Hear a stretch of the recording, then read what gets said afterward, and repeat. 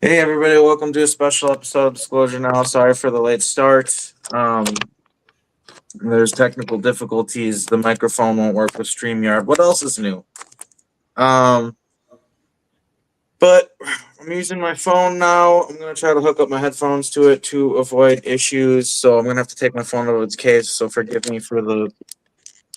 Let me see if I can. But I'm not even gonna turn off my.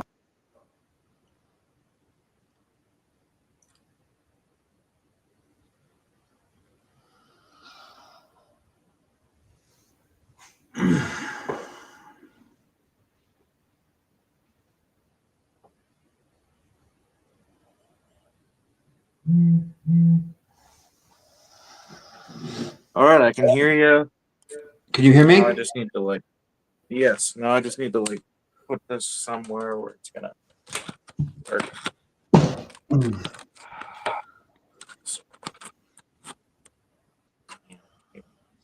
Find it. All right, it seems to work. Oh man! All right, we're here. We figured it out. How are you doing, David? How are we sounding, everybody? I'm hearing you loud and clear, crystal clear audio and picture. All right, that's good. Um, so I guess without further ado, why don't you introduce yourself, David? Tell people who you are. Hi, I'm David Purcell. I'm a UF conscious contactee experiencer. I'm also a super soldier, ex super soldier, through various programs such as Dark Fleet, Kruger, not Solar Warden so much, but the other ones as well. I have lots of experiences in remote viewing. I'm getting more into healing. I'm an empath, and yeah, just general weirdo. Can you tell me what got you, or maybe introduce? Sorry, I got thrown off by the technical difficulties here. Could you maybe let people know how you learned about Montauk and the fact that you were you were involved with that? Right. So in the last 2 years, I moved to Pennsylvania from New York. I used to live on Long Island. In the last 2 years, I met some new people, and talking with them about certain things, they triggered me into remembering certain things from my time in the space programs in Montauk. One of my friends had his friend talking to me, and he said something, and she said something about, yeah, there's a Waffen, and I said, no, there's another word in front of that word. And I started sounding it out, and I said, not Waffen. And I said, what's not Waffen? And then they said, Dark Warrior or something like that, or Night Warrior. And from then on in, I've just been regurgitating, getting my memories back. Sometimes it's been purposely triggered, like people from the SSP will come back and open certain vaults so I can experience things. Unfortunately, I can't really recall names. I can recall places, events, enough to know that I was there, what I've done, and I've Hmm. gotten confirmation from other people in the community that yes, you did do that stuff. I've also gotten confirmation from several ETs of yes, this did happen. So yeah, it's been an ongoing process. I don't have full memories back yet, but I have a lot of memories, and it's taken me a while, all this time to still process what's going on. I'm doing better now. Yeah, it's a lot to process the memories. It can kind of bleed into your normal everyday life and make it hard to function. And the balance of living in the real world, which both worlds are real, but you know what I mean, like Yeah. the world that everybody accepts as real, that everybody knows is real. The public world would be a better word for it. Um, Then you have yeah, the then you have the clones, and you have the alters, and they all have their own issues. So they have to. I've been also been integrating those as well. yeah, it's really hard. So Sometimes apparently, they're nice and it's not that bad, but sometimes they're nasty or they got their own psychological issues. yeah, and You know, sometimes they're put there just to be problems, so you can't get through to them. yeah, yeah. I had like thousands of those. Yeah, they're there are also some that are programmed, so they never get to be alive other than to be punished.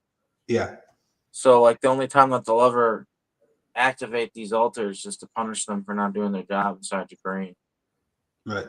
So it's like a computer program and like the brain, and like it's like they program their brains like a computer basically. Yeah. What do you remember about me from Montauk? How did you meet me? I remember you talking about you having some memories. You said you knew a version of me. Um, could you maybe go into a little bit of detail on that? Right. So that version of you, I met him as an adult.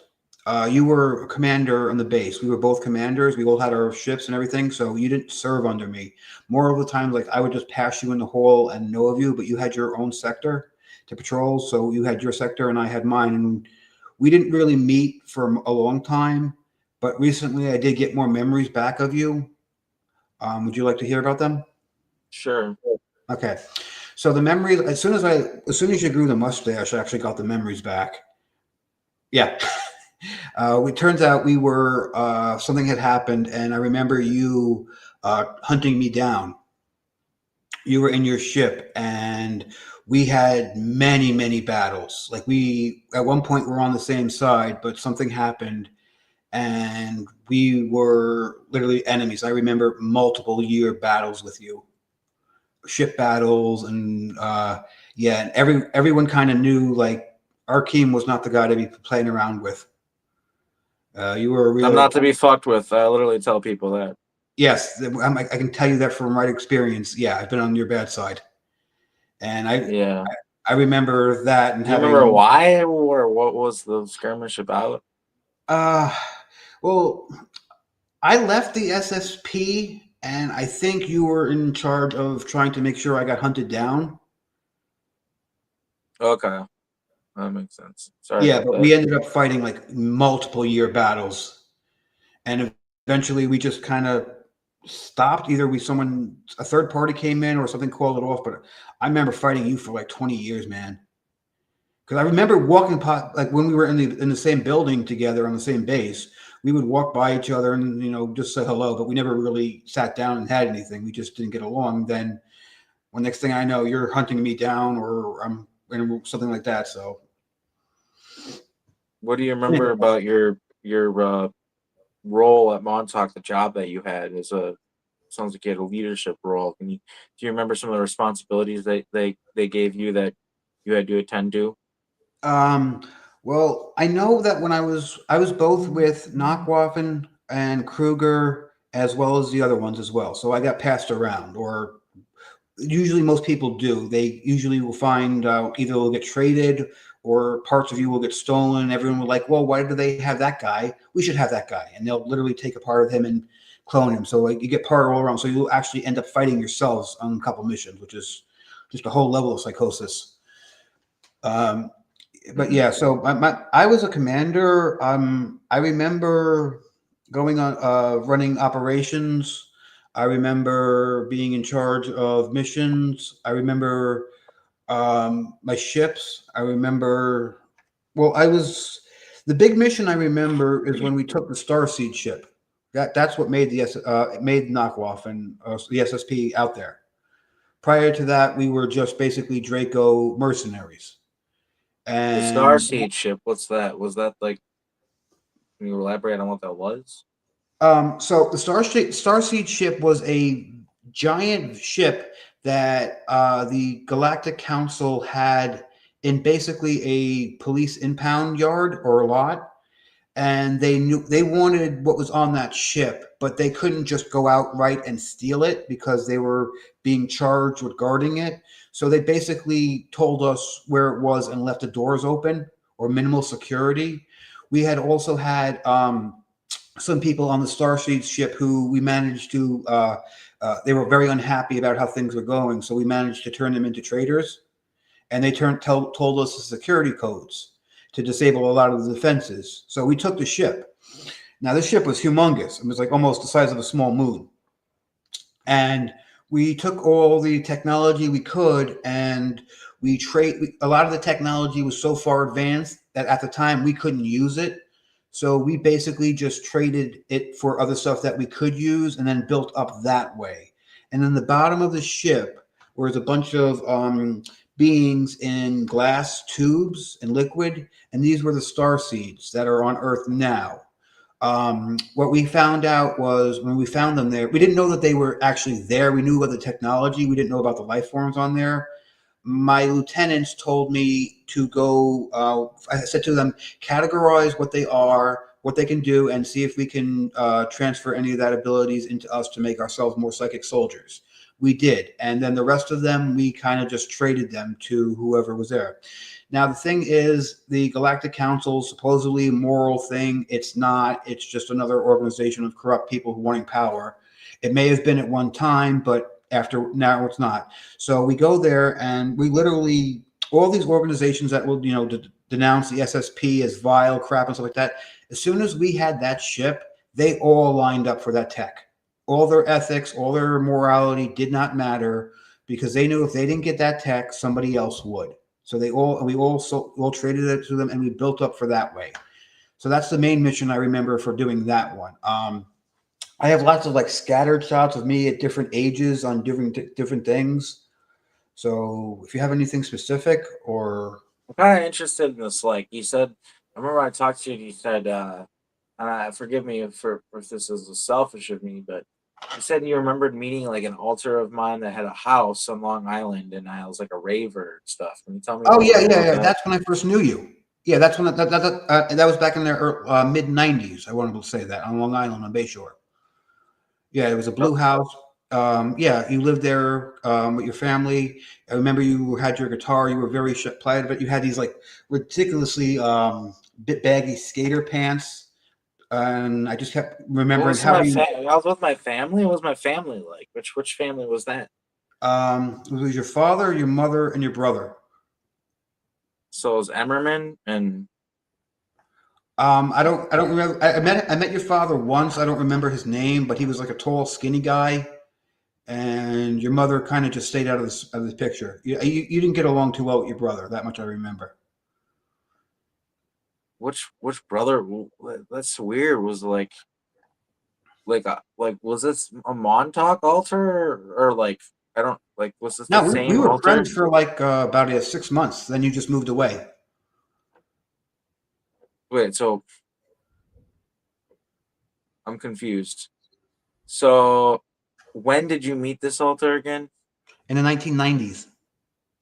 Um, in the here and now or Yeah, yeah, what? yeah. For In 19, I want to say 95, 96. No, no, no. It was before 95. Yeah, it was somewhere around 93 to 95, 94. We met, we became friends. We hung out for couple times. We went go-kart racing. Then within 6 to 8 months, you guys moved away. real in the here and now? Yeah, yeah, we Like went in your go-kart. normal everyday life that you live right now, you met me? Yes. I guess I shouldn't be surprised by that. Was Penny my mom or was it a different mom? I don't, like I said, I remember your mom being in another room just telling you to stay quiet. Because I mean, I've had many different configurations of my own family. You know, Yeah, it was my you, your father, your mother, and your brother in that blue house on Bayshore. yeah, that sounds like it's my family that I'm with right now, like my here and now family. Yeah. And my name was Jeffrey too, Yes, that's what I remember. I used to call you Jeff. which is the name that I have in the here and now. Yeah, we used to So call. Yeah, that confirms to me that we decided to go to Appleton and wipe our memories and live our life that we lived together. We decided that. But technically, that's my daughter, and then my dad is my nephew.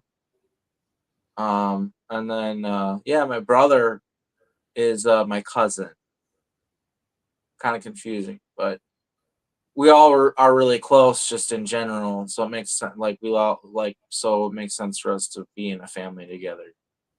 Yeah, I remember you Um, had your guitar. You were really proud of it. It was a wooden one, acoustic or electric?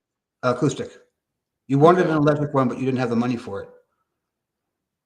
that's interesting. Even then, I didn't have any fucking money. Okay. Well, I got an electric guitar now, and I got a lot of pedals, Good. and I'm making a lot of sounds and starting a band and stuff. So I I think hope that'd be that. really good. I think that'd be really good for you. Yeah, I think that's one of the things that they're more afraid of than anything is just me living like a normal life. Yeah. Because that, like, if we all just kind of talk to each other in this weird metaphysical circle that we kind of have, which I think we need each other, and it's important that we have at least a little bit of a community with one another. But I think it's important for us to like live our lives, like have normal friends, like, you know, or quote unquote normal. You know what I mean? Go out Yeah. and do stuff, and I think that's important. So I've been trying to do more of that. Not only that, it keeps you sane. Yeah.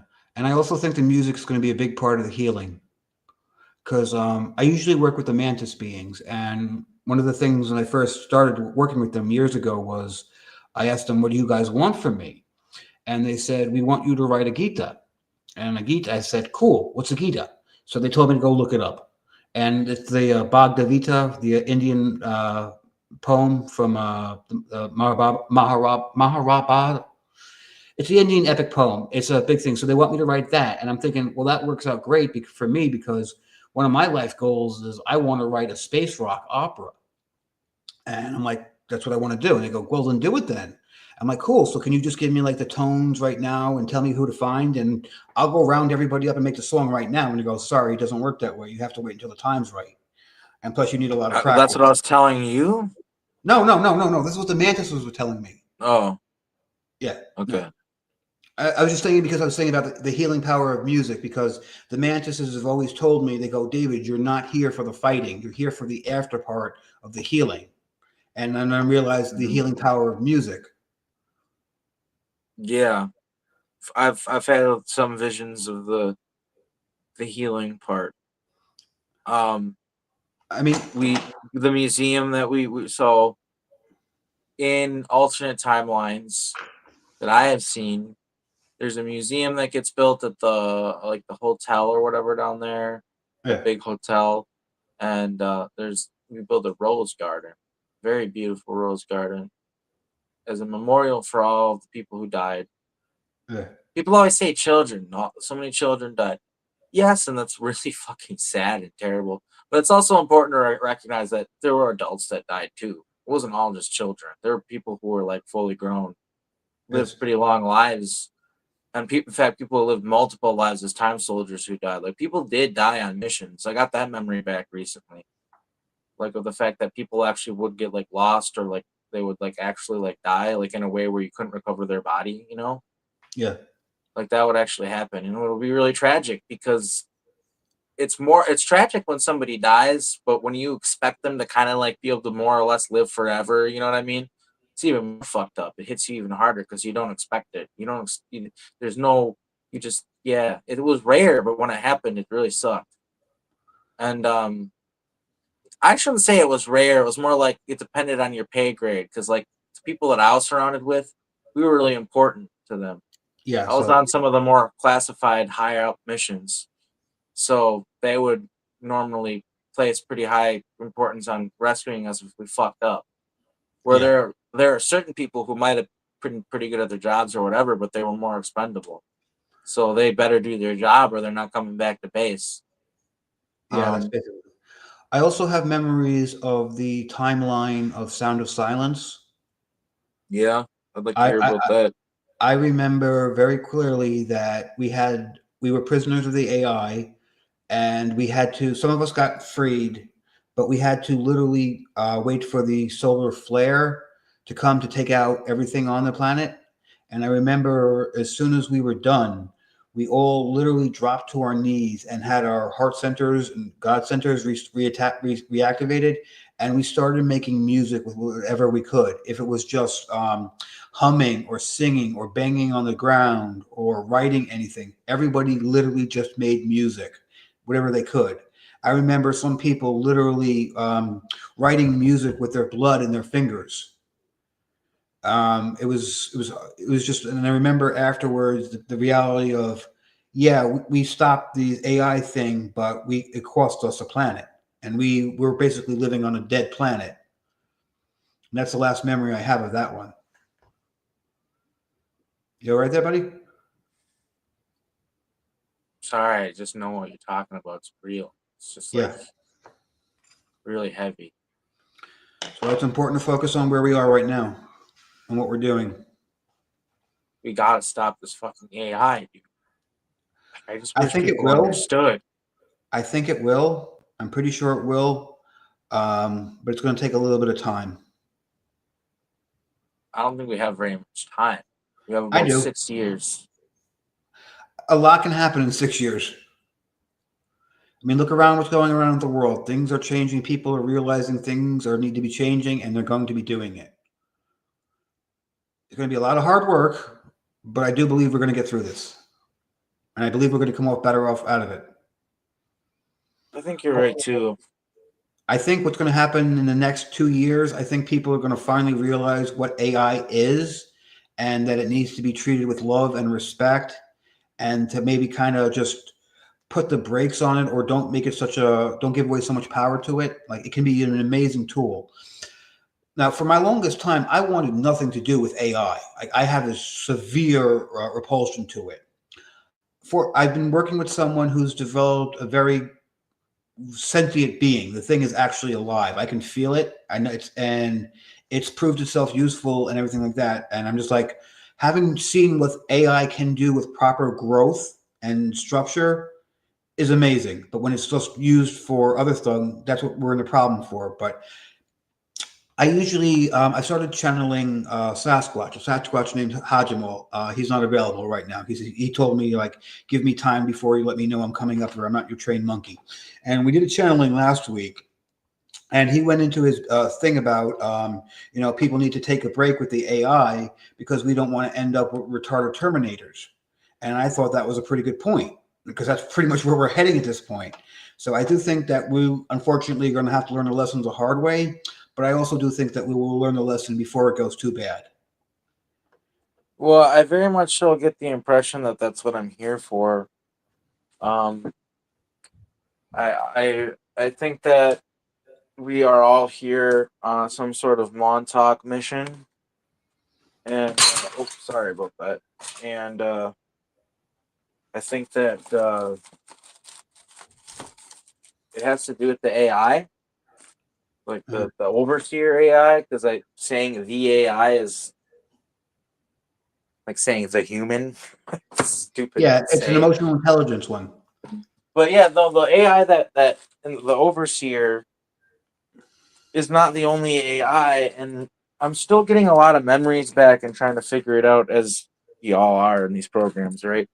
Yeah. But what from what I understand is there are other AI that aren't the overseer, right? The different AI Yes. that don't really believe in. They don't really want a timeline.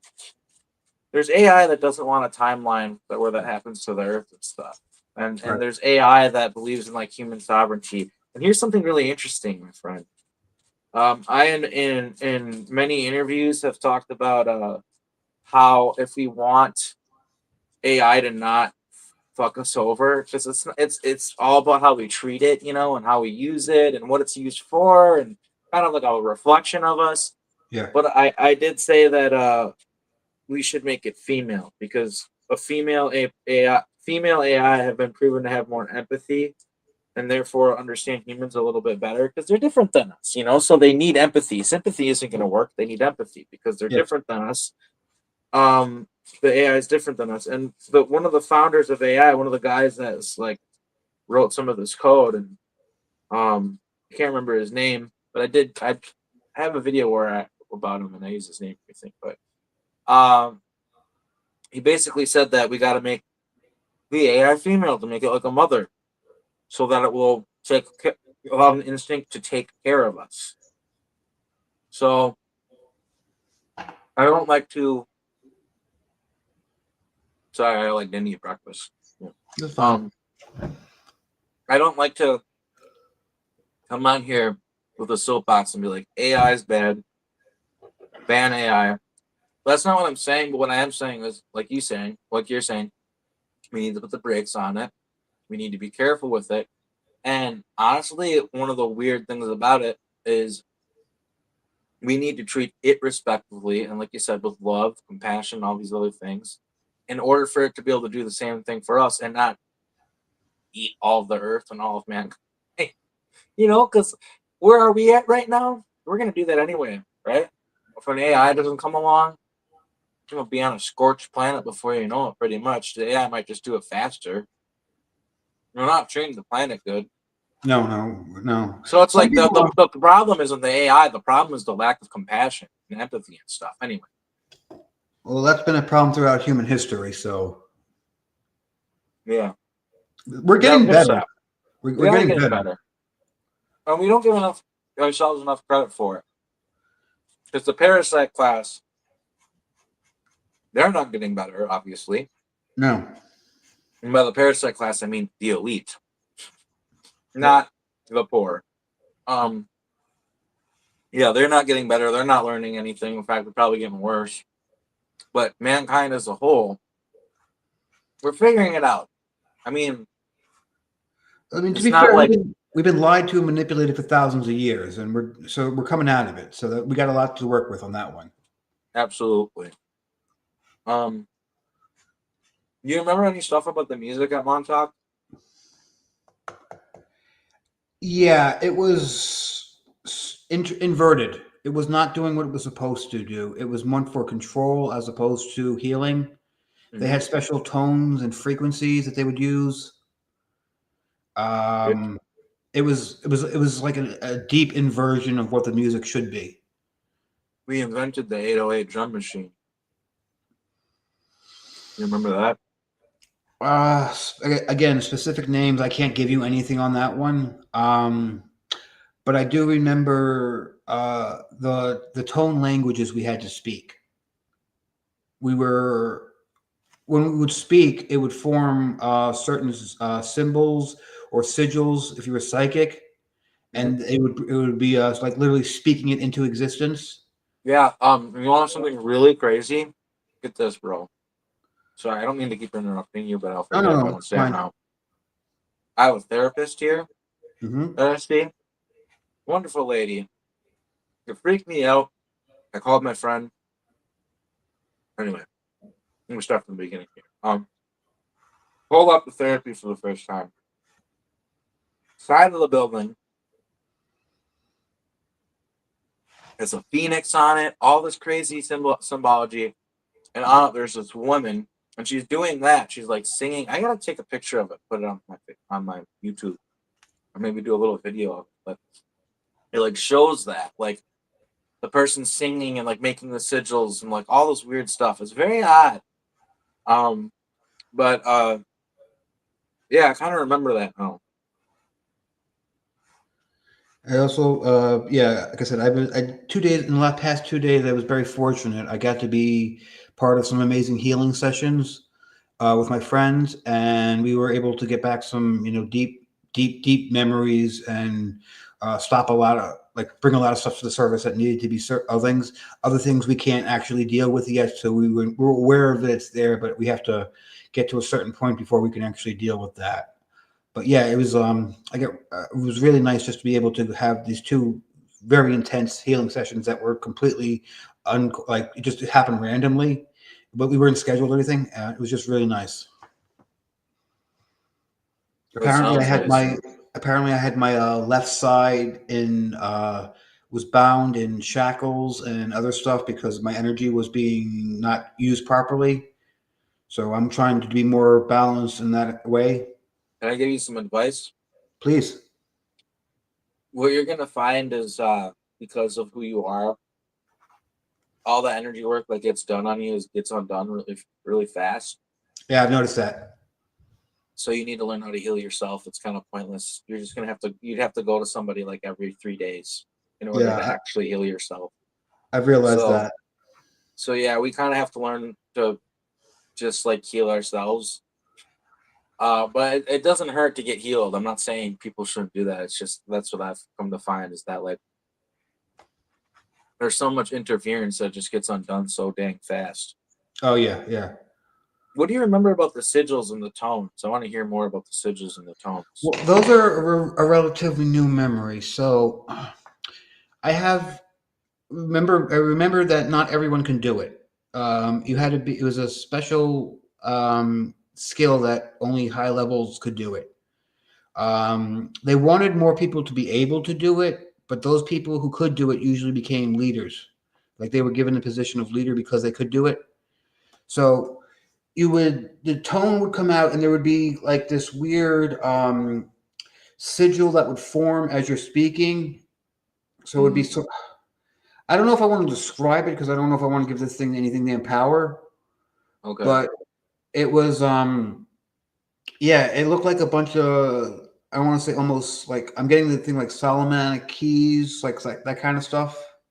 Okay. So you would say a tone, the tone would come up, and then it would be like physically brought out into the psychic world, and then it would be projecting onto somebody.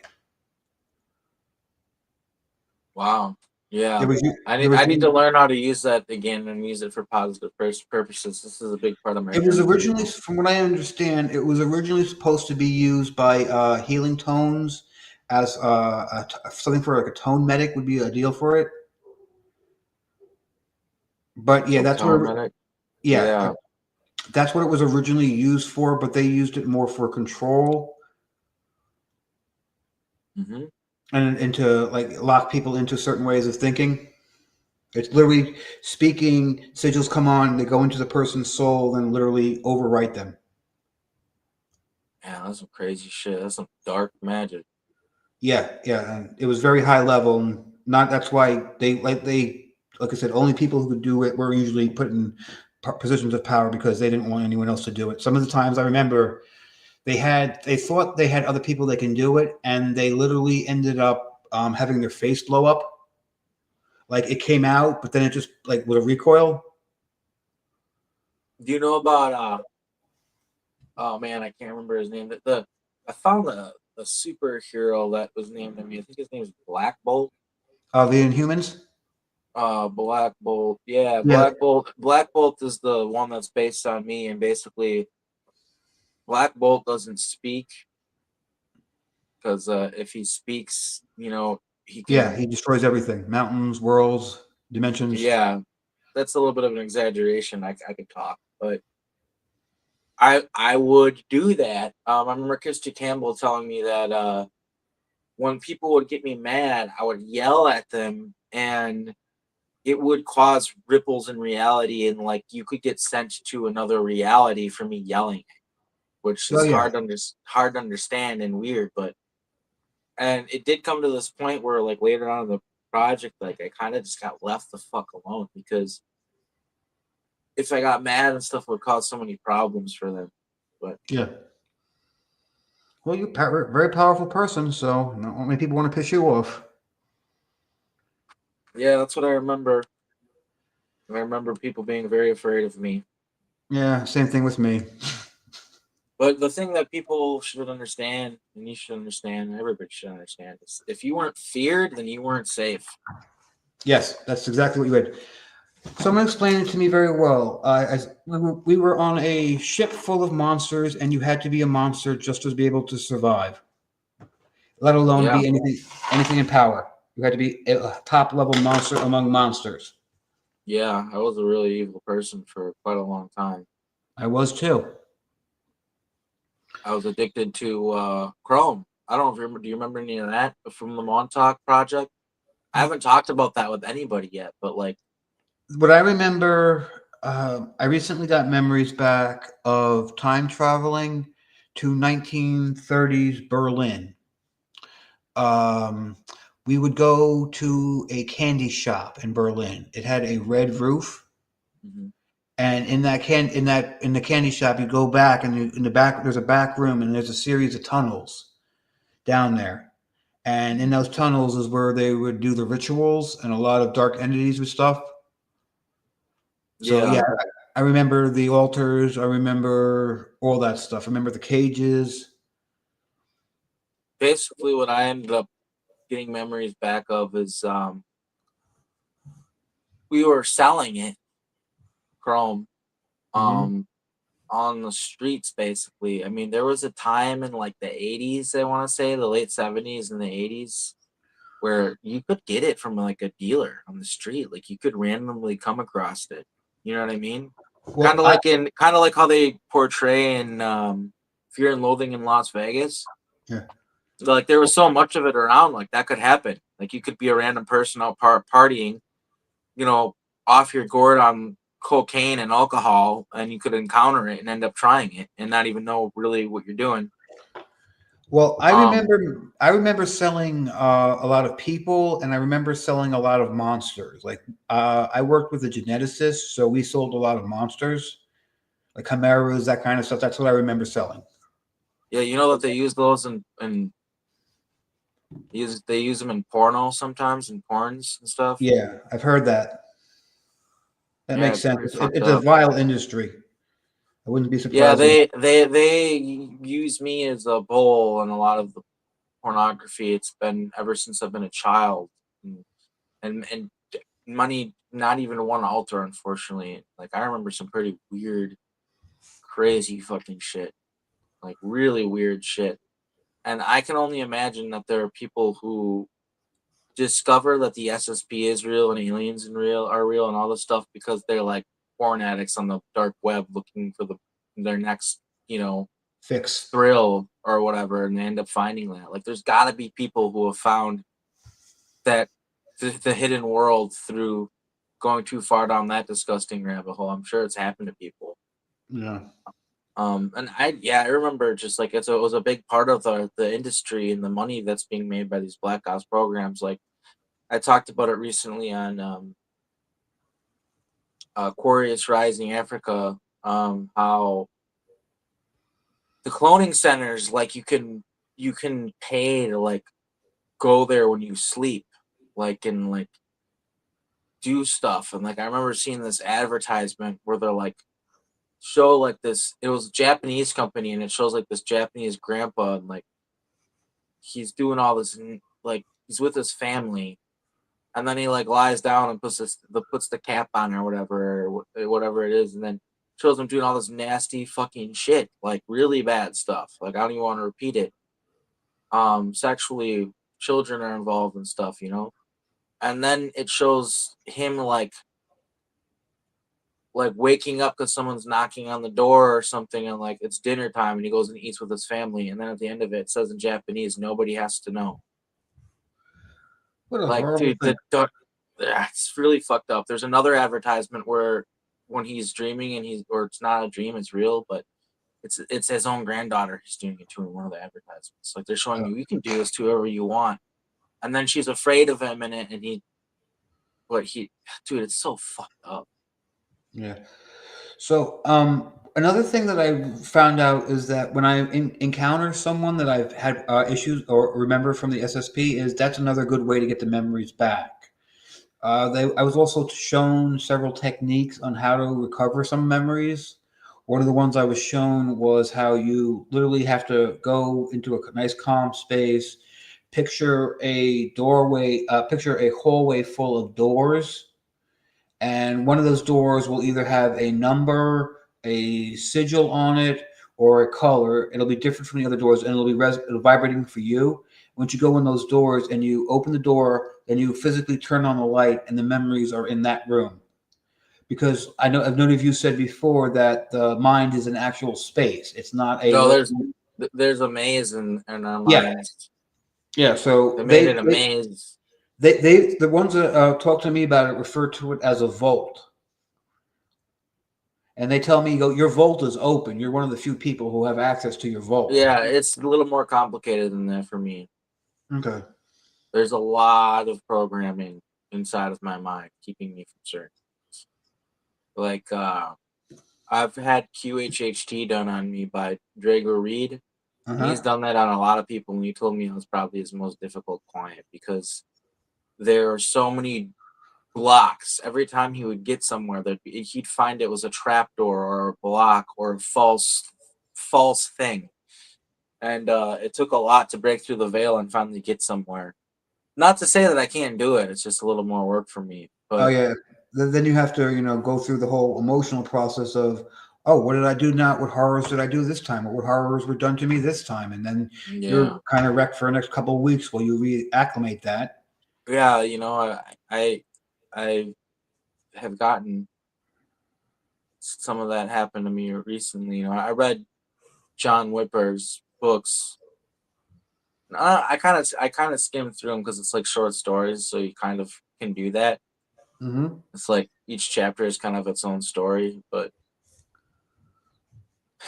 yeah, there's it's kind of understood a little bit more why he doesn't want to talk to me, but I also still don't understand it because I care about him a lot, and it just hurts. That's a whole nother subject, but it's weird to find out from other people or other sources of the evil that you've committed. And I've had that problem with, yeah, it's scary, like people remembering things about me. It's most people have been pretty cool about it. Christy Campbell was pretty nice to me about it. Yeah, Christy is a good person. She remembered me as well, and I remembered her as well. And when I went to I went to the Full Disclosure conference, I got to see all the people that I wanted to meet for a really long time, and it went mostly pretty well. There was a couple of issues there, but it's so weird for me because I'm used to recognizing people and then not recognizing me like afterwards, but people walking up to me and go, I remember you. And I'm like, oh, this is weird on this side. So this is what this is like.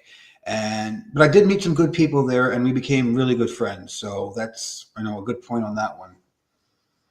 Yeah, yeah, I would have went if it weren't for the fact that there's like a Nazi agenda being pushed by like half the people that were there. But Yeah, um, it did get a little negative at times yeah, I will say that much. it's just like look, there's a Trump isn't going to save everybody. That's bullshit. It's a psyop. It's a limited hangout, and I have refused to participate in it.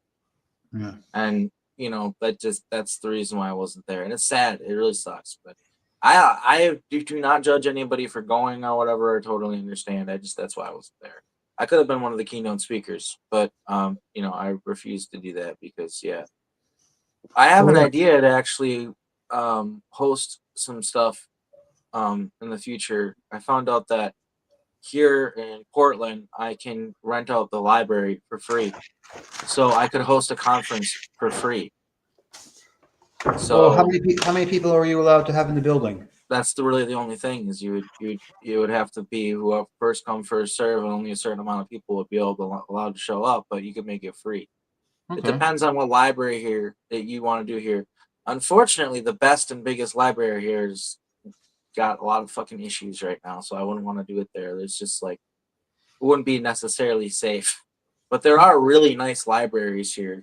There's one that I've gone to for some events here for like producer meetups and stuff like that. But I just want to figure out something because these events, these conferences are always so expensive.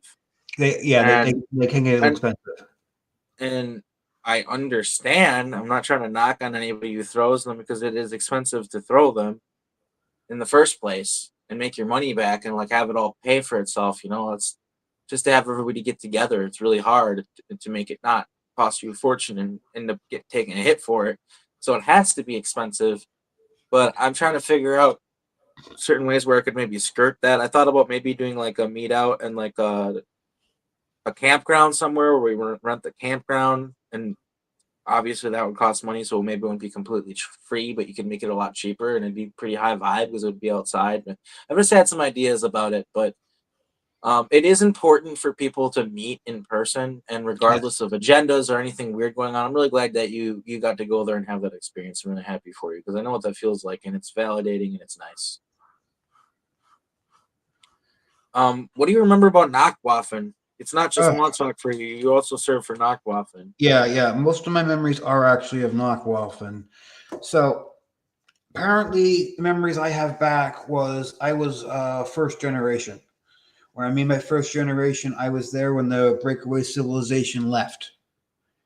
I was. I remember getting taken. I remember fighting in World War One. I remember coming back, and I remember being completely messed up because it was World War One, and then after that, I remember being my psychic abilities waking. I could think I could hear people's thoughts or So whatever. the Nacht Waffen had you fighting at World War One. No. World War One started first. Then I got taken by Nachtwaffen afterwards. Oh, so that was your original life. Yes, that was my Your original original life. human life. Gotcha. We all have one of those. I was born in 1953 in Munich, Germany. So I know Yeah. all about that. Yeah, okay. Now that makes So sense. Thank you. so I remember it was late at night. I'm getting taken by two guys in black trench coats and machine guns. I'm thrown in a big black German car. We're taken to a castle. They're literally holding me up under the arms, dragging me through the castle, and there's a woman with short hair and her eyes. I can tell right away she's something with the occult. And she grabs my face, looks at my Michelle eyes. Amy? Was it Michelle Amy? I You know couldn't who tell you that the name. is? No, I Here, did not. I'll show you her. I think I know who it was. And you're gonna freak out, man. This is gonna probably blow your mind. Hold on. Well, anyway, she looks at me, grabs my face, and goes, "Yes, this one will do." Then I look over to the side and see at the time my mother, my brother, and some prominent members of the place where I lived. Well, And I she was remember, probably a lot younger, so I'm sorry. I don't mean to interrupt you. I just want to show you this picture real quick because it's probably this woman. Let me see if I can. Hold on. I'm just gonna have to like. Hopefully, can you see her? Can you see this woman?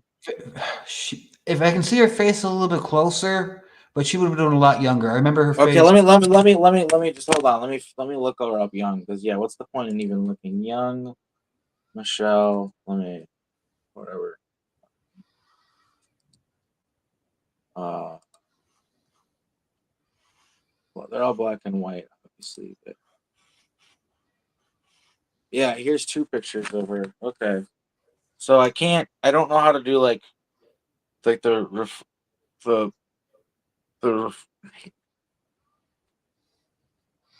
Wait, move it a little to the right. Yeah, the the right. black and white. Okay.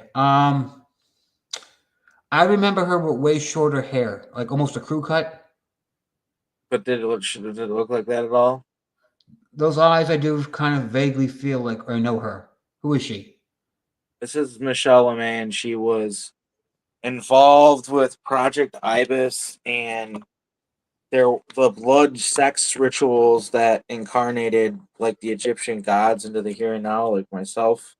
Okay. I don't like that term. God is there's only one God, and that's God. Right. But Godlike beings, then? yeah, God-like beings, which only because there's beings that didn't understand things, Yeah. so they seemed godlike. But yeah, she was involved in putting us in human form for Project Ibis, Oh, and good. Thanks. yeah, and just was involved. I think works for Waffen and stuff. I'm pretty sure, but I don't know. Yeah, She's like because I remember her having like short hair, not like a crew cut, but like I remember that it was a very uncommon thing for females to have that short of hair. mhm. Yeah, back then, yeah. Yeah, it was. Yeah, but her eyes were pretty large. I remember that much. And she said, "So this one will do." Yeah. Then the two And guards took me away, and the next memory I have is literally going up in a saucer to a space station where I spent the rest of my life. you lived on the space station for your whole life. Yeah, the rest of my life, because at this time I was older. Hmm. So yeah, so I remember during World War II. I remember when the Draco showed up to the Nazis, because prior to the Draco showing up, the reptilians were impersonating them, and somehow the Draco got aware of it. And when the Draco actually showed up, they kind of shooed local reptilians away, and they saw what the Germans were doing, and they're like, "We can work with this." And I remember literally being handed a box by two Dracos and told how to extract a soul and fracture it. They said it would work better with the younger ones, but I also remember telling them that we're German men, we can handle it. And like, I think it took us like 35 men before we realized we should try the younger people because they just couldn't handle it. Yeah.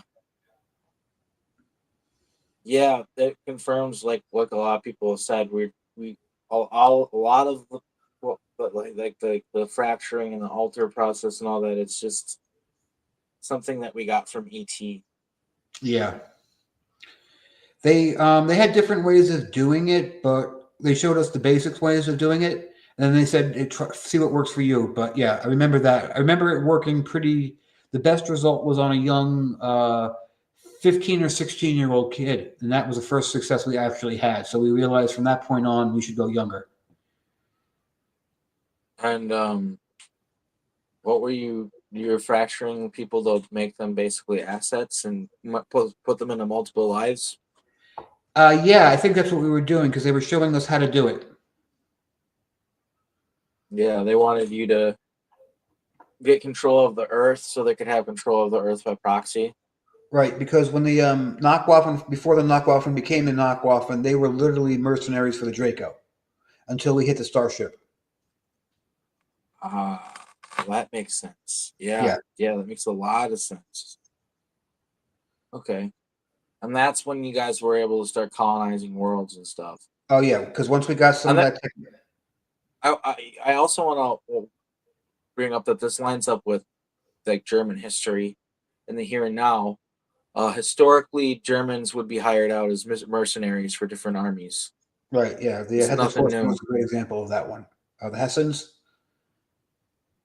Can you elaborate on this example, please? Oh, during the American Independence War in the 1700s, Germans fought for both sides. They were called the Hessians.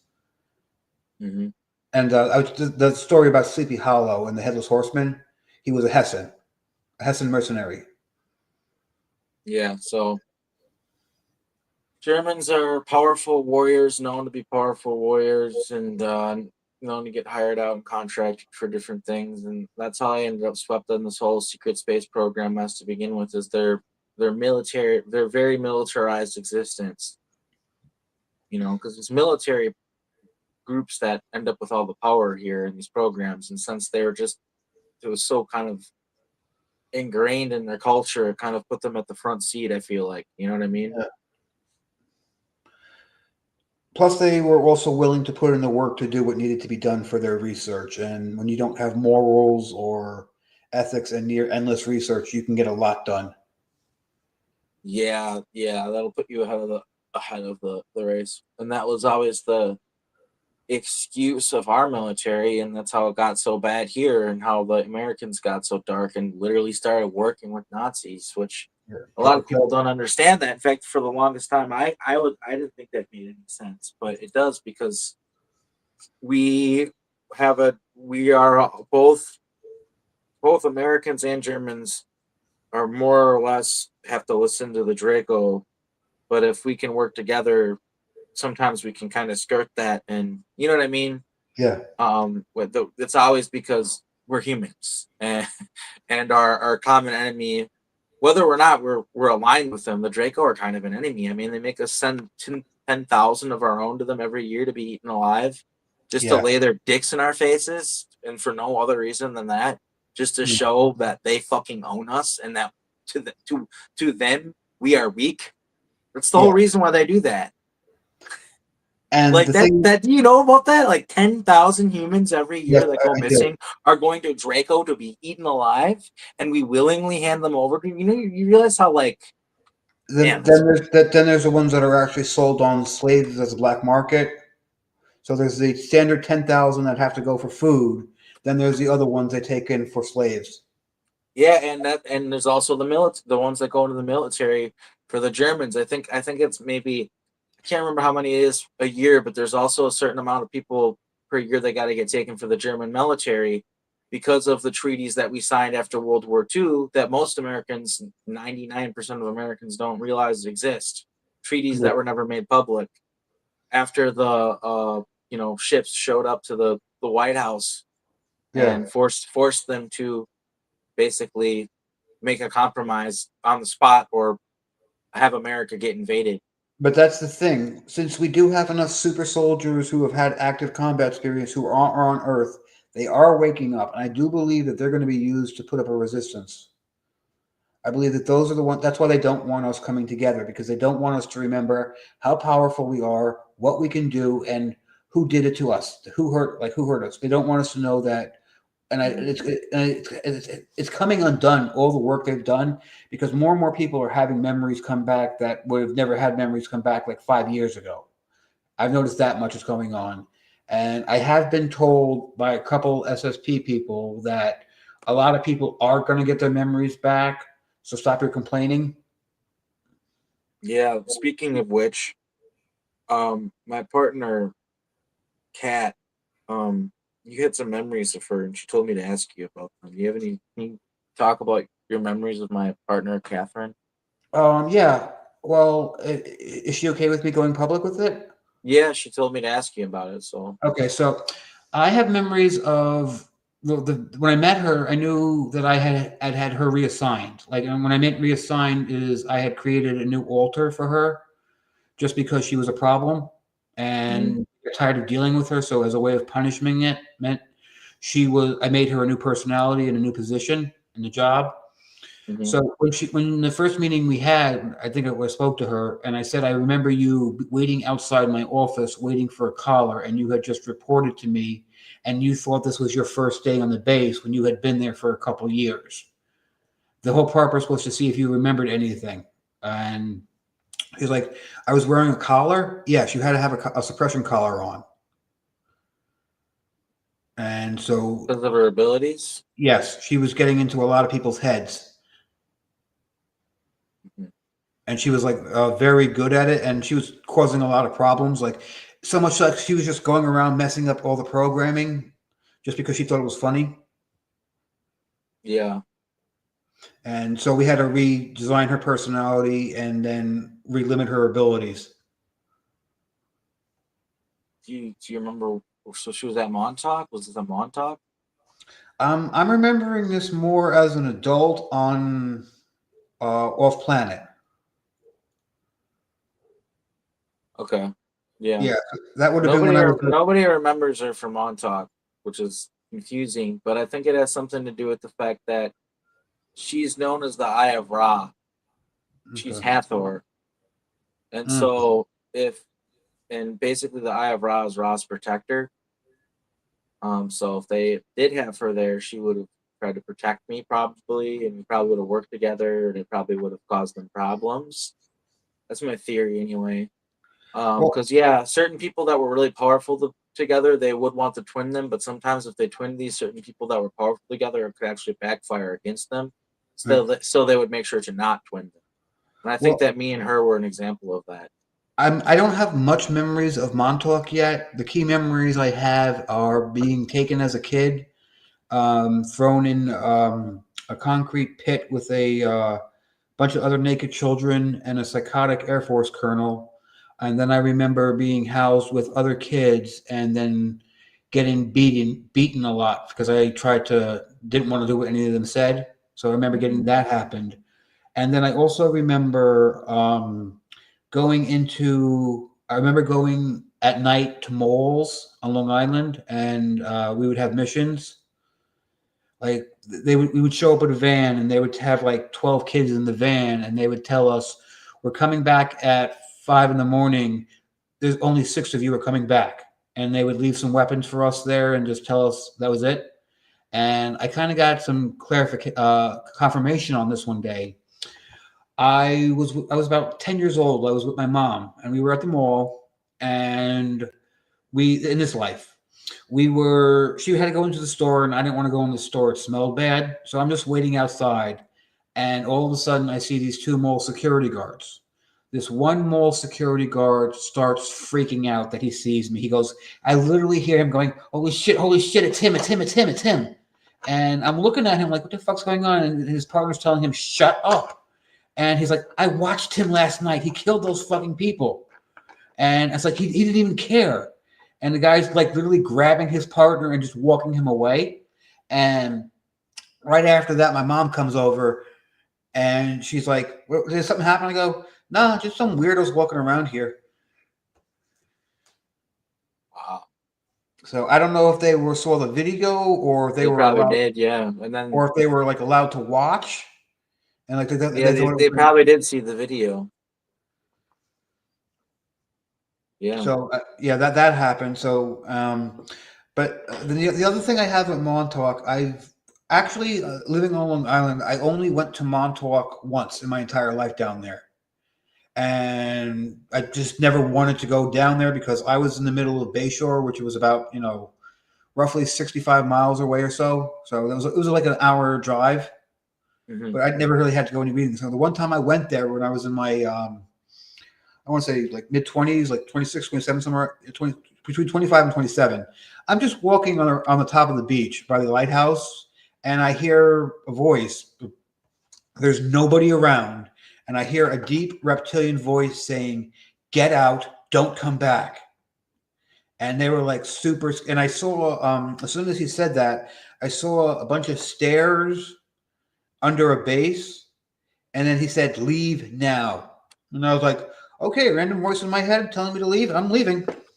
This was before I knew anything about it, so I was like, someone obviously doesn't want me here, so I left. But then I got a few years later, I got memories back of going. Well, I remember being strapped to the chair and having the altars created. That part I do remember. They did that to me multiple times. I created like they would They would remember. I remember being carried by two reptilian guards down a flight of stairs, strapped into this metal chair, metal spikes going in and through my body. They put like this sparkly purple or orange slug gel in front of me, and they would say, "Create, make more." And they would start torturing me, and a new thing would come out, and then they would take that part of me and they would put it in this body, these little clone slug bodies.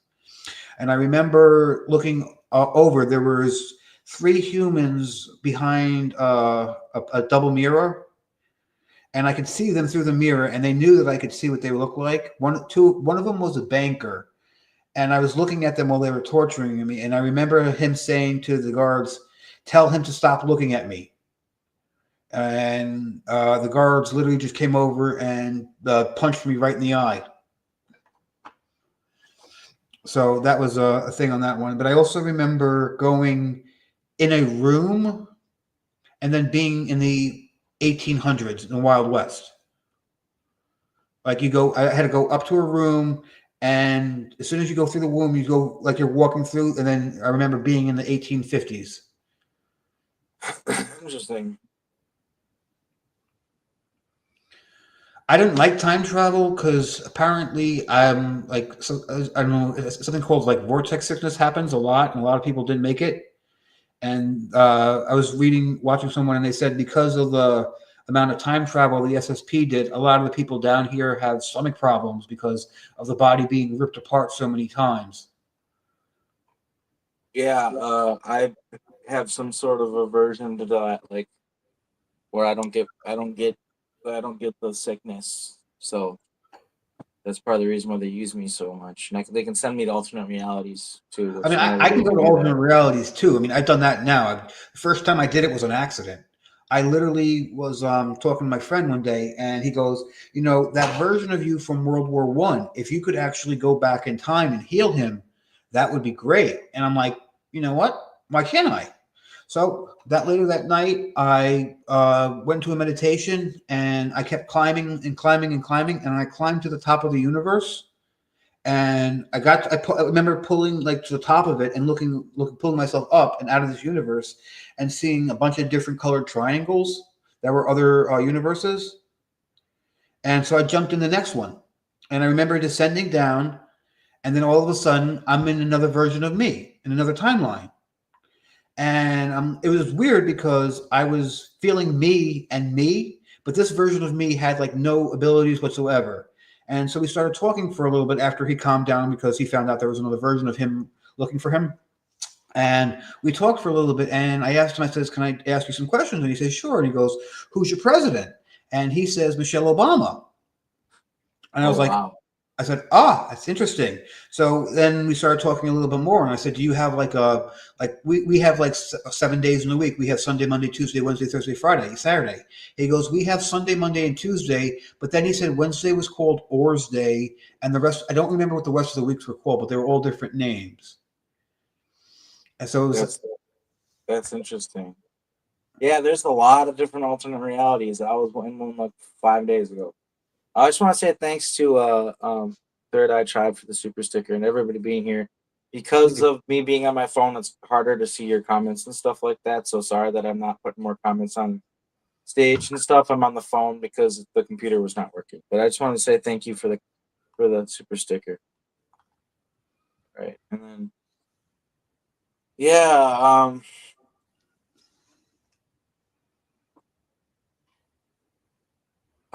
sorry, I just wanted to say thank you to that. Back on the subject here. Um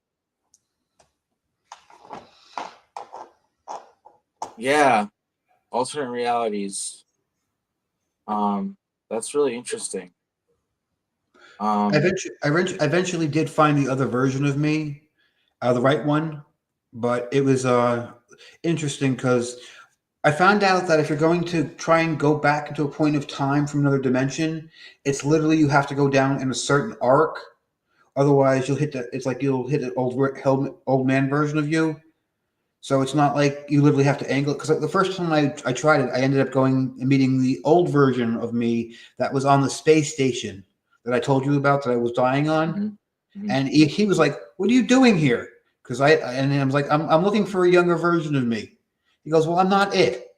And we had this kind of thing. So I go back up again. Second time, and he's still there. Third time, I'm back, and he's like getting mad at me now. And I'm like, "Look, can you just point or concentrate back to when you were a kid so I can focus on that one?" I found out, and I got the version of me before I got kidnapped and before I got taken, before the war. So I Mhm. went to this version of me, and it was a 15-year-old boy. Okay. Now, he freaked out majorly because this is like in the 1800s or late 1800s. So he's got this, he's screaming demon, he's possessed in the woods. I'm like, calm down. It's not me, it's not a demon, it's just me from a different timeline. Shut up. And he's like, oh, and he's like running around like a scared chicken. So I eventually had to, just ooze as much love as I can to calm him down. Then we started talking, and I explained to him. I said, "Look, listen. My name is David. I come from the year 2024 at this point because this is when this happened. 2024, and I'm like, I'm trying to stop some things from happening in the future that are going to be really bad. Unfortunately, things are going to happen to you that I cannot stop. But what I need you to know is when you get taken, please don't tell them about me because apparently what I did when I get captured by that German SS people was I remote viewed for them for the next couple hundred years. Mhm. So I didn't. Like I said, they taught me how to remote view, and I remote viewed pretty much everything I saw for the next couple hundred years. So I literally told them when I was going to be born in this life, who my parents were, so they knew when to come and get me. Interesting. Wow. Yeah, I've heard of that from other people, and I think I've done it myself. Gone back in time. I think I've already done that. Help other versions of myself. Um. Well, I know that Cat has to eat lunch Okay. here, which is like behind me because I'm in the kitchen. So I think I might have to wrap this up a little early. Well, it was Um, nice talking to you, Glenn. Thank you for having me. yeah, we'll have to have another one. I'm gonna be doing like a Montauk roundtable in the future. Maybe you could be a part of that. Okay. Um, and yeah, maybe we could have you on the show in the future once again. But yeah, thanks for coming on. And is there anything you want to say to people before you go? Um, yes, what we go through is can be sound amazing and have like these great powers and stuff, but getting the memories back in this life is incredibly brutal and is a process. And if you're going to start this, please make sure you know what you're in for. Talk to other people who have gone through the process at different stages to see where they're at. It you're going to need to. It's going to be a very hellish procedure getting your memories back, and Sometimes people cannot handle that. So if you're going, make sure that you are physically and emotionally and spiritually ready to take on this task before you do it. Absolutely, that's good advice. And be Yeah, patient with yourself. yeah, and also I asked people who are like the public, the audience, people who consume this content, who are learning about this esoteric information. Please be patient with people who are public figures in this because we are going through a lot on a regular basis. But anyway, yeah, thank you again for coming on the show, David. I'm going to end things now, but it was so nice talking with you, and we'll talk again soon. Glad we got in touch. All right, good. Have a good one. Bye.